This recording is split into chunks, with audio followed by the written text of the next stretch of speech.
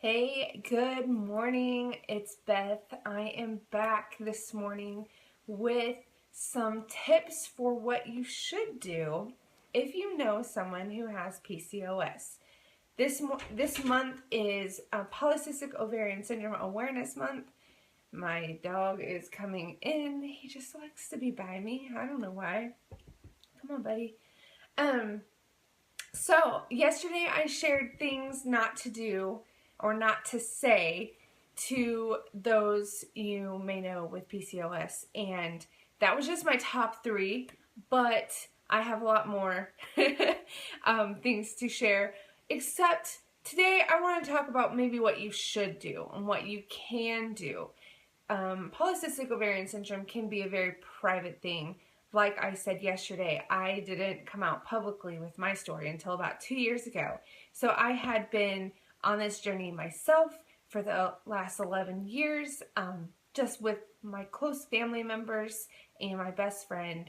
And so not everyone is going to choose to shout it from the world. Hey, look at me, I have polycystic ovarian syndrome.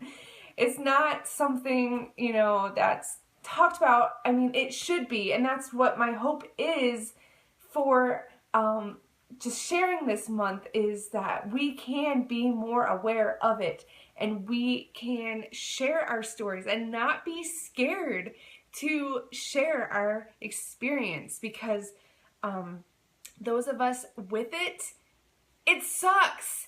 And we need someone to talk to that understands, because you can talk to a female friend that doesn't have it and they don't get it.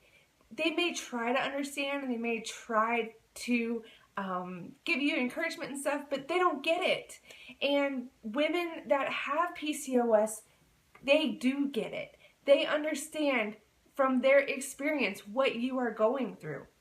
And so it is my hope that we can be more aware of polycystic ovarian syndrome, and that we can have a voice and that we can share our stories. So anyway, back on track. Just because we may not want to share it with the world, I can almost guarantee you that someone close to you has PCOS, or maybe you already know of somebody. Maybe it is your daughter. Maybe it is your best friend. Maybe, who knows who it could be. If they choose to share that information with you, I have a few tips, things that you can do to help that relationship. The number one most important thing that a woman with PCOS wants is support. They want to know that they are loved and they are cared about, and they want to know that whatever decision they make, that you as a friend or you as a mother or you as a husband, that you are going to be there for them to walk through this journey. I think the one thing that my mom did the best was just be there to listen to me. I had a lot of pain growing up, physical pain. I remember specifically one day, the Friday night, I was a cheerleader in high school, and I had to wear my uniform to school on game days.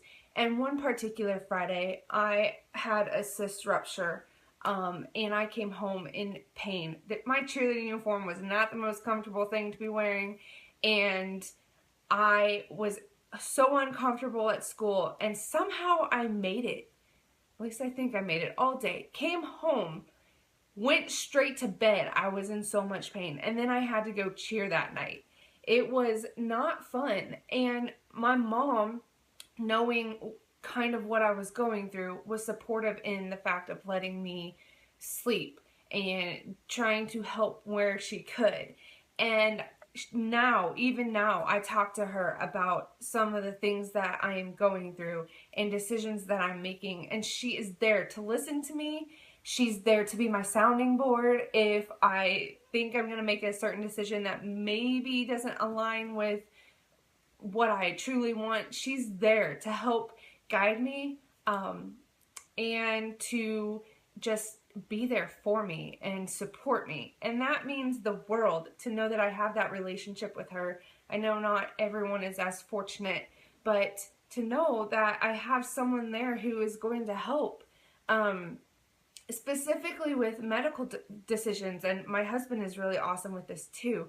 I have a plan of what I hope my life can look like, and they're both there to support me in those decisions. That for myself, I've decided that I do not want help with medication, that I want to try to do this holistically, to change my diet, change my exercise routine, change those things to help with my symptoms. And for me to choose not to take a medication to help, they have been supportive in that. Which kind of leads me into my next point. And the second thing that you can do is educate yourself.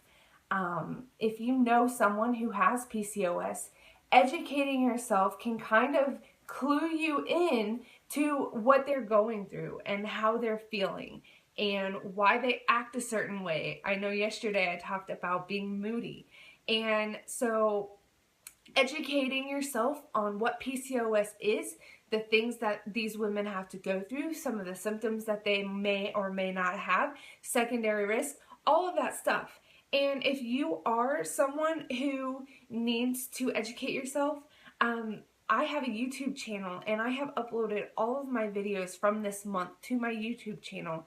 And I know it's just from my perspective, but should you choose to want to go back and watch some of those videos, that may be helpful to you to be able to help support the person in your life that has PCOS.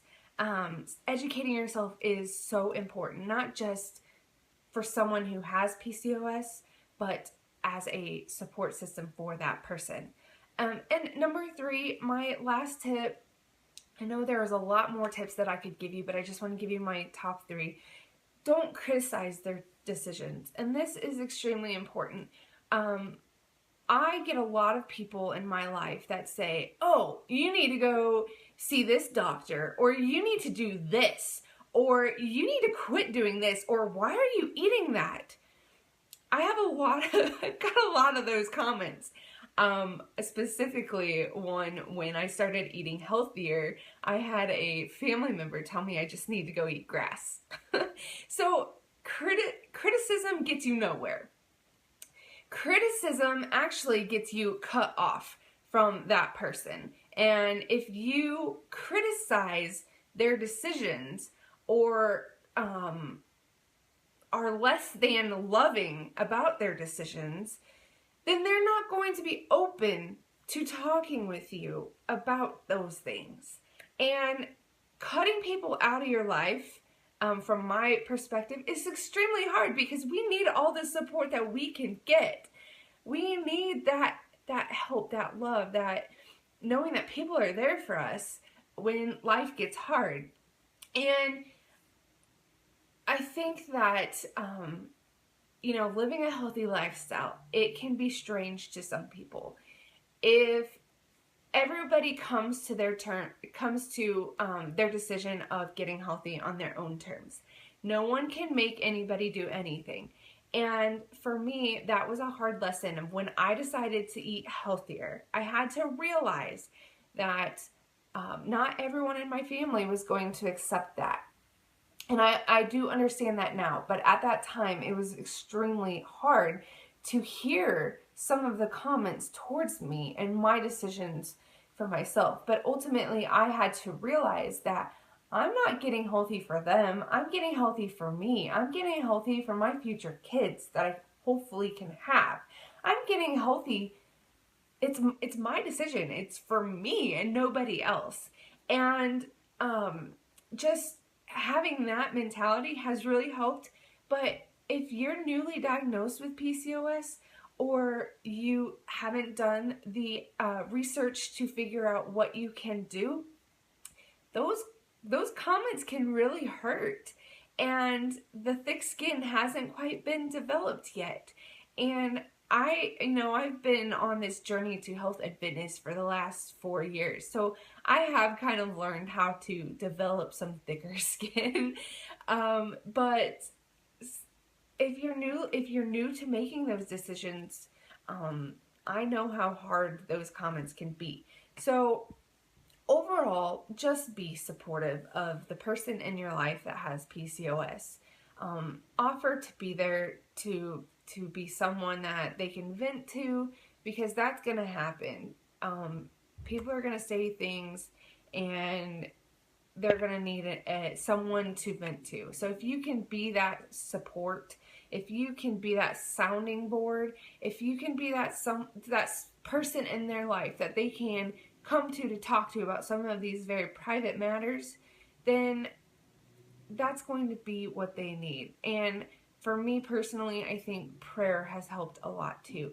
When I go to my mom with something, I know she's praying for me, and that ultimately helps too. So if you can be a prayer warrior for that person, that feels amazing. So be supportive, educate yourself, and don't criticize them for their decisions. Ultimately, their health is in their hands, and these are important decisions that they're making. And if they make a decision that you don't agree with, that's okay. Ultimately, they're making that decision for them. So I hope that helps you. If you have any other things if you are struggling with PCOS and you have some other tips, drop those things in the comments. I want to hear them. And let's be a support to each other. So I hope you guys are having a great day. Happy fall. I really hope that it is feeling like fall in your neck of the woods, because it's going to be another 90-degree day here. But I hope that you have a wonderful day. I'll be back next week as we wrap up PCOS Awareness Month. So I'll be sharing some more information, some more tips, some more encouragement with you guys. I hope that you have a wonderful day, and I'll talk to you later. Bye.